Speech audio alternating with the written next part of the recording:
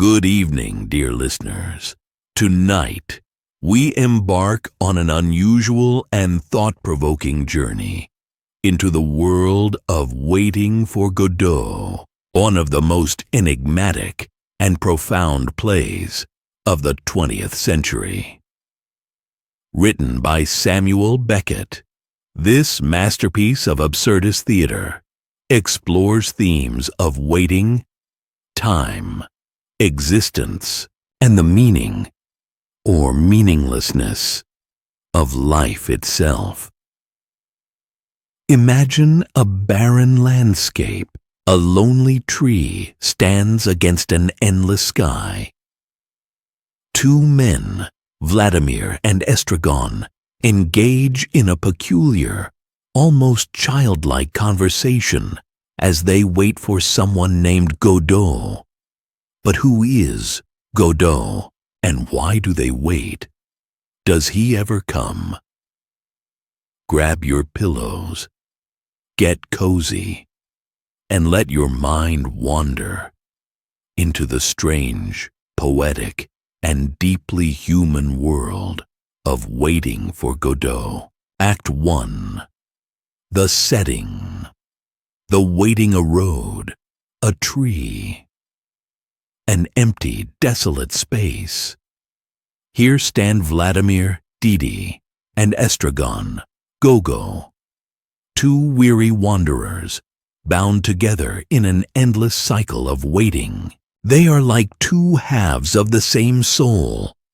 Vladimir is the thinker, the philosopher, while Estragon is more grounded, more in touch with the physical world. They wait for Godot, but who or what is Godot? A person, a symbol, a metaphor for God, hope, salvation, or simply a purpose in life. The play never tells us directly, but this very uncertainty is what makes Waiting for Godot so intriguing. As they wait, they talk about trivial things, about life, about hanging themselves on the tree just to pass the time. Their dialogue is filled with repetition, wordplay, and humor. But beneath the surface lies deep melancholy and existential dread. Estragon. Nothing to be done. Vladimir. We always find something, don't we, to give us the impression we exist. A powerful line, isn't it? Beckett, in his signature style, subtly makes us question, are we all just finding things to do to convince ourselves that we exist? As the play progresses, we meet Pozzo and Lucky, an unsettling duo. Pozzo is an arrogant, pompous man who treats Lucky, his unfortunate servant, like a slave. But later, in Act 2, we see a reversal of roles. Pozzo becomes blind, and Lucky mute. Suddenly, the powerful becomes helpless, and the silent loses even the ability to express himself. Beckett's world is not one of fairness or justice. It is a world where time moves in circles, and nothing ever truly changes. Act 2. The endless loop, the mystery of Godot. The second act is almost a mirror of the first. Everything seems to repeat, only with slight, eerie variations. The conversations, the actions, the waiting. It's all the same, and yet it feels heavier, more hopeless. Estragon forgets what happened yesterday. Vladimir, more aware, realizes that they are trapped in an endless loop, yet they keep waiting.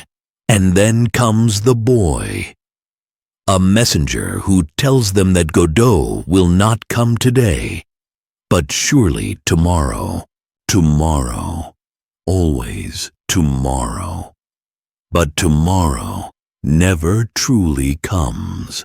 Vladimir, Was I sleeping while the others suffered? Estragon. I can't go on like this. Vladimir. That's what you think. These lines echo our own fears and frustrations, the feeling of being trapped, of searching for meaning in a world that gives us none. What does waiting for Godot mean? The beauty of this play lies in its ambiguity. It refuses to give a clear answer. Is Godot God? Is he hope? Is he simply nothing at all? Beckett never said, but perhaps that is the point. The human condition is one of waiting for answers, for purpose, for something to make life meaningful. In a world without certainty, we fill our time with distractions, routines, and stories, just like Vladimir and Estragon. This is where waiting for Godot resonates deeply with the modern world.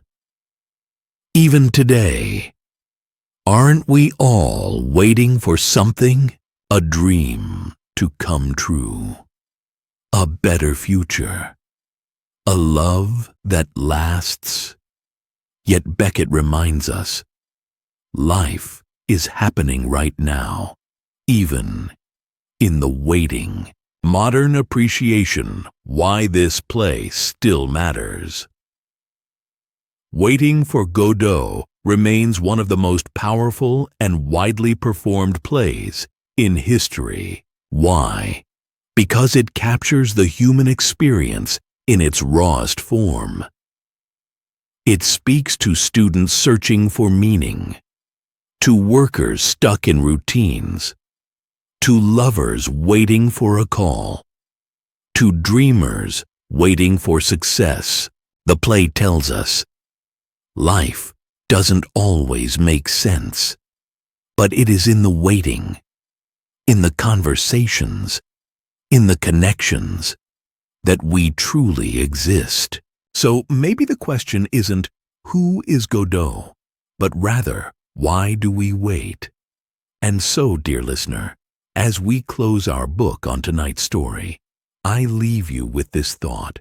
What are you waiting for? Perhaps, like Vladimir and Estragon, you're waiting for something that may never come. But in that waiting, in the conversations, in the small moments, life is happening. If you enjoyed tonight's storytelling, don't forget to like, share, and subscribe for more literary lullabies. And let me know in the comments, what do you think waiting for Godot really means?